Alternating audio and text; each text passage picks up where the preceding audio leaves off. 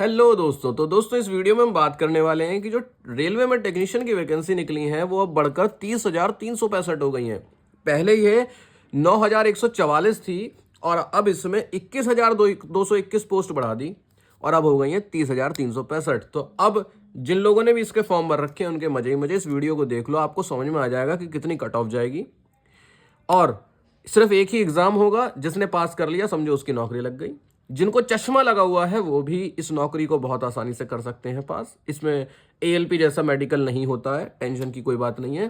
कैसा एग्जाम होगा, क्या पैटर्न होगा, किस सब्जेक्ट से कितने मार्क्स आएंगे, सभी कुछ इस वीडियो में मिलेगा। बने रहिएगा बस लास्ट तक। अभी फिलहाल मैंने देखी यहाँ पर रेलवेज लिख लिए हैं। ये लाल पेन से लिखी हुई वैकेंसी है जो पहले निकली थी। हरे पेन से जो वैकेंसी लिखी है मैंने, ये इतनी इसमें बढ़ा दी गई है और टोटल वैकेंसी इतनी हो गई है। सेंट्रल रेलवे में जैसे कि 1,061 वैकेंसी निकली थी, 2,229 और बढ़ा दी तो अब 3,290 वैकेंसी वहां पर हो गई है। इस तरह से सारे रेलवेज में आपको यहां पर वैकेंसी दिख रही होंगी। अब आपके सामने ऑप्शन भी आएगा कि दोस्त आप अपना रेलवे चेंज कर सकते हैं। मान लीजिए आपने नॉर्थ सेंट्रल रेलवे भर दिया था पर आपको लग रहा है कि मैंने ये डिसीजन गलत ले लिया, यार यहाँ तो बहुत कम वैकेंसी है, या फिर मेरा यहाँ घर ही नहीं पड़ता, मेरा घर तो एनएफआर में पड़ता है, नॉर्थ ईस्ट फ्रंटियर रेलवे में पड़ता है, तो आप अपना रेलवे चेंज कर सकते हैं। आपको ऑप्शन मिलेगा ऑनलाइन, ठीक है। चलिए, तो आप ध्यान से देखिए कि किस रेलवे में अब टोटल कितनी वैकेंसी हो गई है। जैसे कि वेस्टर्न रेलवे में 3,055 हो गई हैं, साउथर्न रेलवे में 4,323 हो गई हैं। पर ज़्यादा वैकेंसी इसके लालच में मत पड़ना, आप पढ़ना घर के लालच में। जो भी आपका जहाँ पर घर पड़ रहा है पहली प्रायोरिटी उसको, दूसरी प्रायोरिटी सबसे ज़्यादा वैकेंसी जहाँ पर है वहाँ पर, ठीक। कट ऑफ मैं शुरू में ही बता देता हूँ, बहुत ज़्यादा कट ऑफ नहीं जाएगी, क्योंकि इसमें सिर्फ आईटीआई वालों ने फॉर्म भरे हैं, डिप्लोमा वालों ने और बीटेक वालों ने। जो सिग्नल ग्रेड 3 वाले हैं उसमें तो सिर्फ और सिर्फ आईटीआई वाले हैं, तो उसकी कट ऑफ बहुत ज़्यादा नहीं जाएगी। ग्रेड 1 वाले में बीटेक भी है, डिप्लोमा भी है और आईटीआई भी है, ज़्यादा बच्चे हैं उसमें उसमें उसकी थोड़ी सी कट ऑफ ज़्यादा जाएगी। फिलहाल पहले रेलवे ने 9,144 पोस्ट निकाली थी, ठीक है। अब 21,221 पोस्ट और बढ़ा दी गई और अब हो गई हैं 30,365 पोस्ट। भाई अगर गलती होती है, किसी से एरर होता है तो 10, 20, 100, 50 का होता है। पता नहीं 20,000 का इनसे गलती कैसे हो रखी थी जो इन्होंने बाद में वैकेंसी को चेंज किया।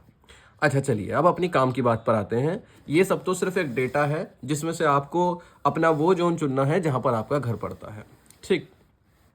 कमेंट्स में डिस्कस कर सकते हैं आप लोग कि किस जोनल रेलवे में आपका कौन सा शहर है और वो किस जोनल रेलवे में आता है, ठीक। इसमें आपको क्या ऑप्शन मिलेंगे, क्या खास बात है इस एग्ज़ाम की, वो मैं बता देता हूँ। एक तो आप अपना आरआरबी चेंज कर सकते हैं, वो तो मैंने आपको बता दिया। इसमें सिर्फ एक ही एग्ज़ाम होगा, एक एग्ज़ाम पास किया और आपकी नौकरी लगभग पक्की हो जाएगी।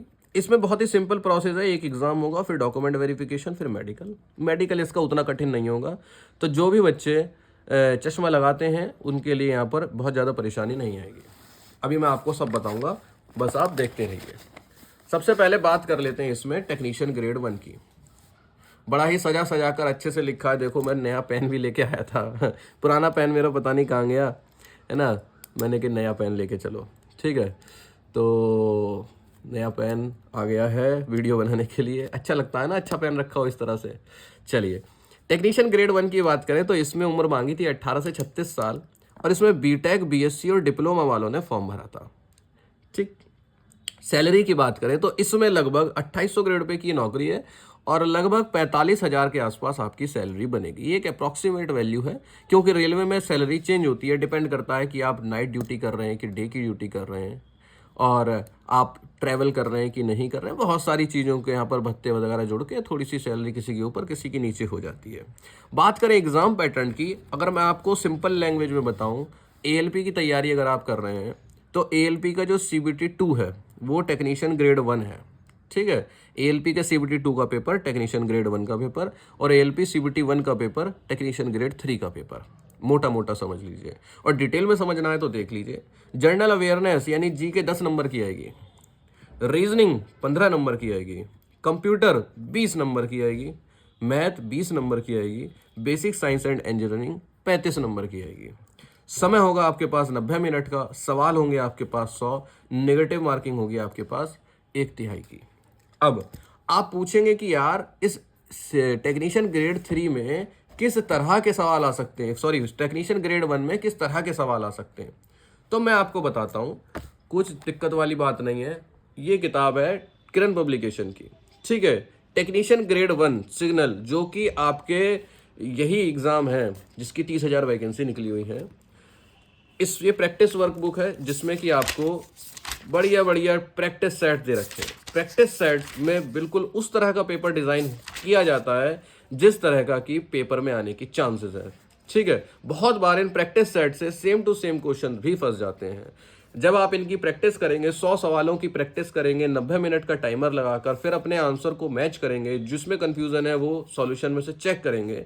हिंदी इंग्लिश दोनों में किताब है, टेंशन वाली बात नहीं है। तो आपको पता चलेगा कि किस लेवल के और कैसे सवाल आते हैं और आपके कितने नंबर आ रहे हैं, ठीक है। कंप्यूटर के सवाल मिलेंगे आपको, मैथ के सवाल। अभी आपको मैं समझता हूँ कंप्यूटर आती है, मान लो भाई आप डिप्लोमा हो, बीटेक हो, बीएससी हो, आपको कंप्यूटर आती है, पर आपको ये तो नहीं पता ना कंप्यूटर के किस तरह के सवाल इसमें आते हैं।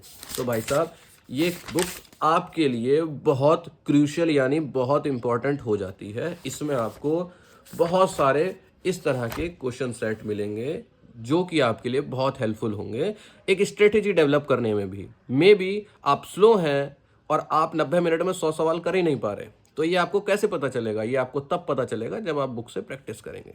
डिस्क्रिप्शन में आपको लिंक मिल जाएगा, अमेजन, फ्लिपकार्ट, कहीं पर भी आप सर्च करेंगे किरण पब्लिकेशन की टेक्नीशियन ग्रेड 1 की बुक आ जाएगी और आप उसको ऑर्डर कर सकते हैं। चलिए, टेक्नीशियन ग्रेड 1 समझ में आया आपको, ठीक।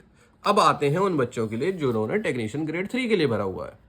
टेक्नीशियन ग्रेड 3 में उम्र मांगी थी 18 से 33 और इसको सिर्फ आईटीआई वाले भर सकते हैं, इसके अलावा नॉट एलिजिबल।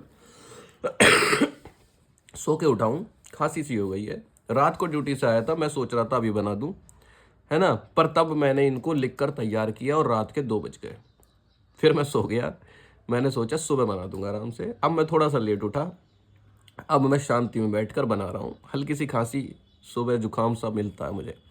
टेक्नीशियन ग्रेड 3 जिनका की ग्रेड पे 1900 है, इनकी सैलरी लगभग 33, 34, 35 हज़ार के आसपास बैठेगी, ठीक है। 1-आध हज़ार ऊपर नीचे हो सकती है, ठीक। इसका एग्जाम पैटर्न सीधा साधा है, मैथ, रीजनिंग, साइंस और जीके, ठीक।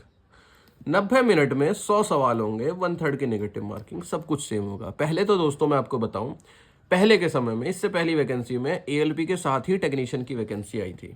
दोनों का एक ही पेपर हुआ था, यानी प्रीवियस ईयर में आप जो एएलपी का पेपर सॉल्व करेंगे वही टेक्नीशियन का है। इसलिए तो मैंने कहा एएलपी सीबीटी 1 का पेपर अगर आप सॉल्व कर रहे हैं तो यानी कि आप टेक्नीशियन ग्रेड 3 का पेपर सॉल्व कर रहे हैं, और एएलपी सीबीटी 2 का पेपर अगर आप सॉल्व कर रहे हैं तो यानी कि आप टेक्नीशियन ग्रेड 1 का सॉल्व कर रहे हैं, ठीक। 25 की मैथ, 25 की रीजनिंग, 40 की साइंस, 10 की जीके। ये वाली साइंस और टेक्नीशियन ग्रेड 1 वाली साइंस अलग है, वो बेसिक साइंस एंड इंजीनियरिंग है, उसमें 11th 12th के भी कुछ टॉपिक हैं, और ये है बेसिक साइंस यानी 10वीं तक की साइंस, ठीक है। अच्छा, साइंस एक बहुत इंपॉर्टेंट रोल निभाती है। तो सबसे पहले तो मैं आपको ये बता दूं, जिस तरह से टेक्नीशियन ग्रेड 1 की बुक थी उस तरह से टेक्नीशियन ग्रेड 3 की भी बुक है, जिससे कि आप अपने क्वेश्चन प्रैक्टिस कर सकते हैं। मॉडल ये प्रीवियस ईयर पेपर नहीं है, ये प्रैक्टिस सेट्स है, ठीक है। ये पिछले साल वाले नहीं हैं, ये बनाए गए हैं पेपर कि इस तरह का पेपर आपके लिए आ सकता है। तो चांसेस हैं कि इस तरह के सवाल आए, क्योंकि ये सब एनालाइज करके ही बनाए जाते हैं। तो एक तो आप इससे तैयारी करेंगे तो आपको पता चलेगा कि आपके पेपर में 100 में से कितने नंबर आ रहे हैं और पेपर कैसा आता है। अब बात करते हैं साइंस की, क्योंकि दोस्तों रेलवे में मैथ, रीजनिंग और साइंस 3 ऐसे सब्जेक्ट हैं जिन पर कि अगर आपकी पकड़ अच्छी है तो आपका सिलेक्शन लगभग हो जाएगा। फिजिक्स की बुक किरण पब्लिकेशन की, बायो की बुक, और इसी तरह से एक आती है केमिस्ट्री की बुक। इन बुक्स को जब आप खोलेंगे, जब आप पलटेंगे, तो आपको पता चलेगा कि कैसे सवाल, पहले तो टॉपिक पता चलेगा, उसके इंपॉर्टेंट पॉइंट्स पता चलेंगे, जो फैक्ट्स हैं वो पता चलेंगे, उसके बाद उसके सवाल पता चलेंगे, फॉर्मूले पता चलेंगे, और जिन जिन चैप्टर्स में न्यूमेरिकल हैं उन चैप्टर्स में न्यूमेरिकल भी पता चलेंगे, ठीक है। आपको पता चलेगा कि इस चैप्टर से पहले कैसे कैसे सवाल आए हुए थे, सबके नीचे लिखा होगा कि ये एएलपी में आया था, टेक्नीशियन में आया था। देखिए, जिस पेपर की तैयारी कर रहे हैं उस लेवल की तैयारी करें तो आपके लिए बहुत अच्छा होगा। ये रेलवे की तैयारी कर रहे हैं, एएलपी टेक्नीशियन, जेई, एनटीपीसी, इन सब की तैयारी कर रहे हैं, तो उन्हीं बुक से करिए जिसमें कि उनके बारे में दे रखा है। अब बात आती है मैथ की। अब मैं आपको मैथ की एक दूसरी बुक बताता हूँ। पिछली बार मैंने आपको दूसरी बुक बताई थी, मैथ रीजनिंग साइंस। मैंने 3 चीजें बोली आपको। देखो, जीके के लिए मैं आपको कभी दबाव नहीं डालता, क्योंकि सिर्फ 10-10 नंबर की जीके आ रही है यार। मैं नहीं चाहता कि आप अपने 2-3 महीने कई कई घंटे लगा दें सिर्फ इन 10 मार्क्स के लिए, और उसमें भी आपके वो सवाल आ जाएं जो आप कर ना पाओ। बल्कि मैं आपको हमेशा इस चीज के लिए प्रोत्साहित करता हूं कि मैथ रीजनिंग साइंस को पकड़ के चलो, 100 में से 90 नंबर तो हो गए। इसमें भी अगर जीके छोड़ दो तो 100 में से 90 नंबर तो हो गए। जब आपके बाकी अच्छे हो जाएं तो आप जीके पकड़ लो, ठीक है। इसमें जैसे मैथमेटिक्स की है, ये हाइब्रिड मोड करके बुक आती है, ठीक है, किरण पब्लिकेशन की है। इसमें क्या फायदा है मैं आपको ये बताता हूँ। इसमें आपको ये फायदा है, ये आपको यहाँ दिख रहा होगा, एनटीपीसी के 129 सेट हैं, एनटीपीसी के सीबीटी 2 के 18 सेट हैं, ग्रुप डी के 40 सेट हैं, एएलपी और टेक्नीशियन के 30 सेट हैं, एएलपी और टेक्नीशियन के 9 सेट हैं, एसआई के 9 सेट हैं, कांस्टेबल के 19 सेट हैं, जीडीसी का 1 सेट है। अब मैं क्यों बता रहा हूँ ये? मैं इसलिए बता रहा हूँ कि जैसे मान लीजिए आपने मैथ की एक बुक ले ली, अब आप एनटीपीसी का भी एक महीने बाद आ जाएंगे फॉर्म, उसके लिए आपको अलग से बुक नहीं लेनी पड़ेगी, ग्रुप डी के लिए अलग से बुक नहीं लेनी पड़ेगी, एएलपी टेक्नीशियन के लिए अलग से बुक नहीं लेनी पड़ेगी, एसआई कांस्टेबल के लिए अलग से बुक नहीं लेनी पड़ेगी। इसी में ही आपको पहले आए हुए एनटीपीसी, ग्रुप डी, एएलपी सबके क्वेश्चन पेपर मिलेंगे, वो भी अलग अलग। आपको क्वेश्चंस में से छांटना नहीं है कि इस चैप्टर से एएलपी में कौन सा आया था और टेक्नीशियन से नहीं। मान लीजिए आपने खोला और ये आरपीएफ एसआई कांस्टेबल का पेपर है, सॉरी एसआई कांस्टेबल का है, तो इसमें मैथ के 25 सवाल 30 सवाल जितने भी कांस्टेबल के पेपर में आए थे वही हैं। अगर आपने कोई पेपर खोला एनटीपीसी सीबीटी 1 का, तो इसमें सीबीटी 1 21/1/2021 को प्रथम पाली में सीबीटी 1 में मैथ के जो सवाल आए थे वही हैं, आपको अलग से ढूंढने की जरूरत नहीं है। तो इससे एक बुक से आपकी बहुत अच्छी तैयारी हो जाएगी। जैसे मैथ की है वैसे ही रीजनिंग की है, इन सभी एग्जाम के वो रीजनिंग के सेट। इसी तरह से आपकी विज्ञान यानी साइंस की है वो सेट। तो साइंस के क्वेश्चन आपको अलग सब्जेक्ट के लिए अलग ढूंढने ही नहीं है। जेई की तैयारी करेंगे तो आप जेई के लिए फिर ये ढूंढते थोड़ी घूमेंगे कि जेई में किस तरह के सवाल आए थे ना, सब एक ही बुक में। इसी तरह से यहाँ पर जीके की बुक है, जीके में भी आपको सब कुछ वही मिलेगा। बहुत अच्छी बुक है कुल मिला के तैयारी करने के लिए, और आपको कम मेहनत करनी पड़ेगी और आपको सब कुछ वहां पर सामने ही हलवे की तरह मिलेगा कि आपको एएलपी की तैयारी करनी है आप एएलपी वाला ले लो, और आपको टेक्नीशियन की तैयारी करनी है तो आप टेक्नीशियन वाला पेपर सॉल्व करो। आगे चल के एनटीपीसी के फॉर्म आएंगे तो आपको अलग बुक नहीं खरीदनी, इसी में जो एनटीपीसी के क्वेश्चन पेपर हैं आप उनको सॉल्व करो, ठीक है। टेक्नीशियन ग्रेड 3 के बाद बात करते हैं अगला जो है डॉक्यूमेंट वेरिफिकेशन। डॉक्यूमेंट वेरिफिकेशन में कुछ नहीं होता है, आपके पास रेलवे की तरफ से एक लिस्ट आएगी कि अपने ये डॉक्यूमेंट प्रिपेयर कर लो और इस तारीख को यहाँ पर आ जाओ।